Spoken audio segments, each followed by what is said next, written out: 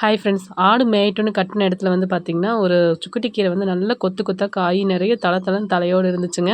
அதை ஆடு கடிச்சு வேஸ்ட்டாக போகுதுன்னு சொல்லிட்டு அப்படியே செடியோட பறித்து எடுத்துகிட்டு வந்துட்டேன். காய் தனியாக தலை தனியாக சுத்தம் பண்ணி எடுத்துங்க. ஒரு செடியிலே பாருங்கள் எவ்வளோ காய் கிடச்சிதுன்னு. சுக்குட்டி கீரையை வந்து சட்னியாக செஞ்சுட்டுங்க. சுக்குட்டி காயை வந்து பார்த்திங்கன்னா புளிக்குழம்பு செஞ்சேன். இன்றைக்கி புளிக்குழம்பு ரெசிபி தான் வந்து நம்ம பார்க்க போகிறோங்க.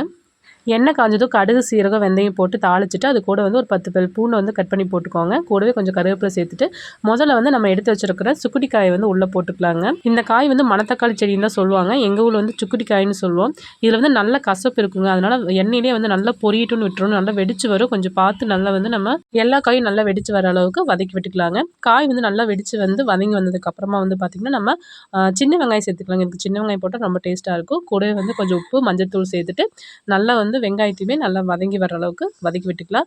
அந்த வெடித்த விதை தான் வந்து கீழே வந்து உங்களுக்கு அடிப்பிடிக்கும். அது ஒன்றும் பிரச்சனை இல்லைங்க. கூடவே கொஞ்சமாக வந்து புளி கரைசலும் ஒரு 2-3 தக்காளி பழம் வந்து அரைச்சி அதை சேர்த்துருக்கேன்.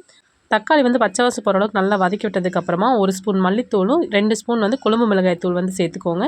அதையும் லேசாக வதக்கி விட்டு தேவையான அளவுக்கு தண்ணி விட்டு உப்பு பத்தலைனா லேசாக சேர்த்துட்டு நல்லா கொதிக்க விட்டுக்கலாங்க. நல்லா கொதித்து சுண்டி வந்ததுக்கப்புறமா இறக்கறதுக்கு முன்னாடி கொஞ்சமாக வந்து கரும்பு சர்க்கரை இல்லைனா வெல்லம் சேர்த்துட்டு நம்ம இறக்கிக்கலாங்க. சூப்பராக வந்து பார்த்திங்கன்னா புளிக்குழம்பும் இன்றைக்கி கீரை சட்னியும் ரெடி பண்ணியாச்சுங்க.